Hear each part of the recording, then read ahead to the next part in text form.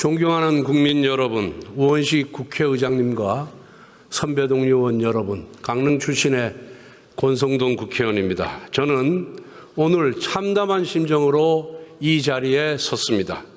이재명 대통령은 지난 100일을 회복과 정상화의 시간으로 규정하였으나 실상은 보복과 독재화를 위한 시간이었습니다.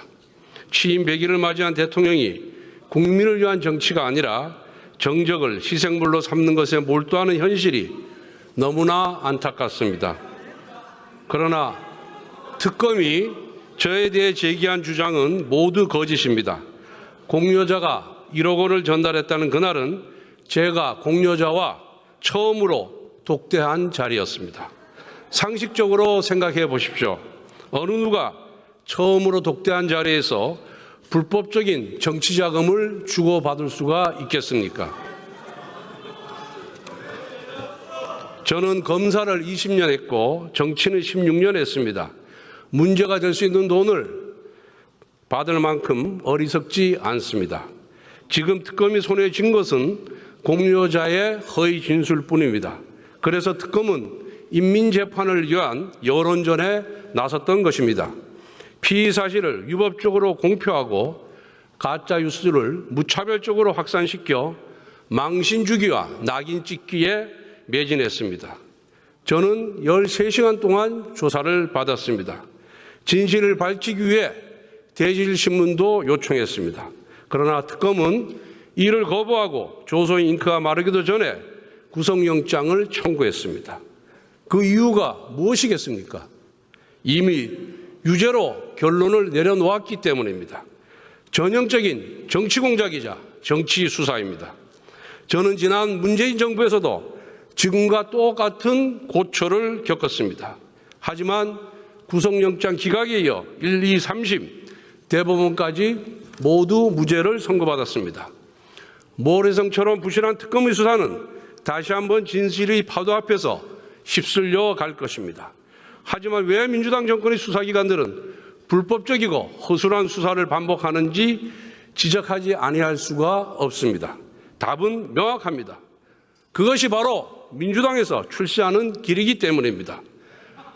문재인 정부의 검찰 특수단장은 구속영장 기각과 대법원 무죄 판결에도 불구하고 민주당 공천을 받아 지금 국회의원이 되었습니다. 권력에 고개 숙이고 법의 잣대를 왜곡할수록 민주당에서 출세합니다. 이재명 정부의 3대 특검의 이름은 다르지만 민주당 주최 정적 사냥대회 참가자라는 점에서는 똑같습니다. 민주당은 수사 기소 분리를 부르짖으며 검찰을 해체하고자 합니다. 그런데 특검에게는 수사권과 기소권을 모두 쥐어주고 그것도 모자라 더 강한 특검법 개정을 추진합니다. 특검법 개정에 대한 여야 합의도 하루 만에 번복했습니다. 민주당의 모순된 행보는 특검이 자신들의 지위를 받는 정치적 흉기에 불과하다는 자백입니다. 오늘날 민주당은 죄악의 크기만큼 권력이 커지는 집단입니다. 대통령과 국무총리, 당대표까지 모두 전과자입니다. 이재명 대통령의 변호인들은 고위직을 독점하고 있습니다. 저는 과거에도 불체포 특권을 헌정사 처음으로 포기한 바가 있습니다. 이번에도 불체포 특권을 포기한다고 밝혔습니다. 당당하고 결백하기 때문입니다. 그래서 저는 아무리 억울하더라도 민주당의 무죄를 호소하지는 않겠습니다. 그러나 단 하나 민주당에 부탁한다면 정치보복은 저 하나로 끝내주십시오.